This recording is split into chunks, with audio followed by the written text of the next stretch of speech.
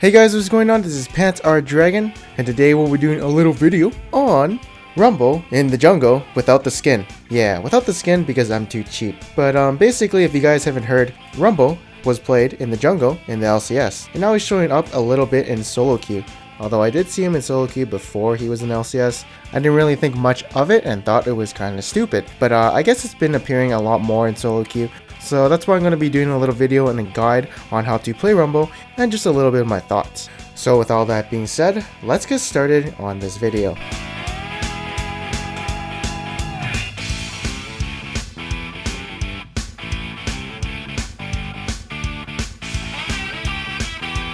Alright, so one of the reasons why he is being played in jungle is because of the runic echoes, like every other jungler I've actually done in the past few weeks. Now, one good synergy with Rumble and runic echoes is his base movement speed is 345. I did screw up in my Gragas video where his was actually 330, but this time I double checked and I got it correct. But basically he's going to be really fast with percent movement speed, and he can be very mobile around the map, especially with his W, giving him movement speed too. The next big thing I want to emphasize a lot with Rumble is he does have really good clears, surprisingly. So he has really good clears because all his skills can be spammed, since he does have an infinite resource technically, so he can just keep spamming Q, W, and E. Although I do know that his Q does half damage to minions and monsters, it's still good for clears. He also has his overheat passive to take down monsters faster, and his W lets him actually not take a lot of damage in the jungle. So I do feel like his early game clears are really good. Next up, he also has pretty good base damage, and when he has a full pen build, he's really strong. So he's got some damage in him. And he's actually a pretty good duelist because his Q, does a bunch of damage to champions, and it's up pretty often. So he's actually someone you don't want to really screw around with. And overall, he actually has a pretty decent early game. Now, there are some cons about Jungle Rumble that I do feel he has, and one of them is that he falls off late game. Compared to someone like Diana who can burst squishies and is melee and scales really good with AP, Rumble on the other hand, he kind of falls off a bit because enemies starts getting MR, and you can see his damage is not actually there anymore, it's kind of going away, and he's not the best tank, so all he really is this guy who slows people with his R, his E, and I guess his Q if you have Rylai's Crystal Scepter. Since he's not the best tank, he's very prone to getting nuked down. And he's somewhat useless when he's behind. Even though he does have great base damage, he needs kind of like M-Pen items to help that do more damage, and there's not a lot of utility in him. But that's about it for cons while we get into the build. So first off, we're going to be doing masteries, and we go 12-0-18 into it, a basic jungle page. And then for runes, we go attack speed reds, health per level yellows, magic resist per level blues, and ability power quints. Now you might be wondering why we take attack speed for the reds. Is because we want to utilize the overheat passive in the jungle so we get better clears.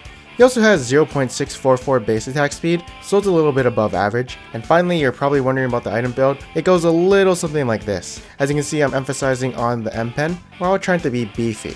For the jungle item, you can go Tracker's Knife if you want, but I like to go Skirmishers and duel people. But I do not recommend Stalker's Blade because you have a lot of slows already. Situational items include Swiftness, Rabadon's Death Cap, and Zhonya's. The only time I would go Swiftness is if I'm rushing Rylai's Crystal Scepter after I'm done my Runic Echoes. And the reason I would do that is because I want to be more of a utility Rumble than a damage Rumble. I would only do that if my goal was to catch people, I guess. But the M-Pen build is definitely good for team fights.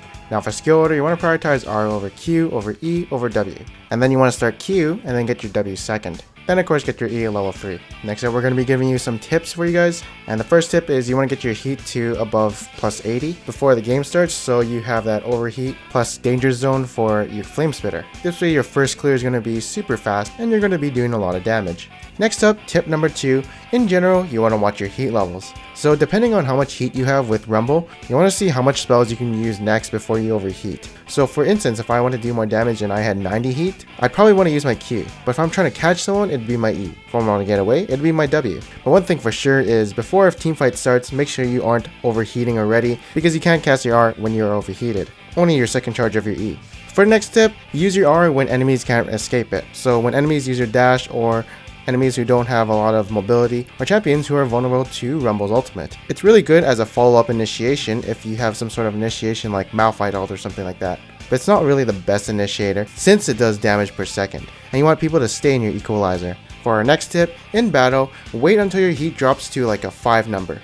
The reason you do this is because you can get an extra spell cast before overheating. It's kind of hard for me to explain what I'm trying to say, but basically 5 spells will equal 100 heat. while if you just wait until you drop 1 tick of heat, then you can cast 6 spells before overheating. Hopefully this makes sense. Otherwise, I might feel like an idiot, and I don't want that to happen. And now here's a trick for you guys. If you guys spam laugh with Rumble, you will make annoying sounds. This is a really good trick for top lane. You annoy the shit out of your enemy, while in the jungle, you annoy only yourself. Here is what it sounds like. Okay, that was annoying. So anyways, let's wrap it up. So final conclusions about my thoughts on Rumble. I think he's pretty good in jungle, maybe better than top lane, but I don't think he's top tier jungle. I think he's more of a niche pick jungler. Like, I think there's several better AP junglers like Nidalee, Elise, and Gragas, but I mean, if they're all banned, I'll definitely play him. But there's also physical damage junglers like Graves, or if you prefer tank junglers, but I'm just talking about, you know, the AP jungler category. He's definitely high up there in the AP category, and Rumble as a jungler is definitely something unique and out of the blue, and it's definitely very fun, especially in the early game where I was surprised from his clears. So I recommend trying it out in Nermos, but if you like it a lot, maybe try it out in rank, but in no way do I think he is OP. But let me know your opinion in the comments below on Rumble Jungle. You've heard my thoughts on him, and now I just want to hear your thoughts. Anyways, if you did like this video, make sure to leave a like and subscribe for more feature videos like this. And I am Panther Dragon, and I'll see you guys next time.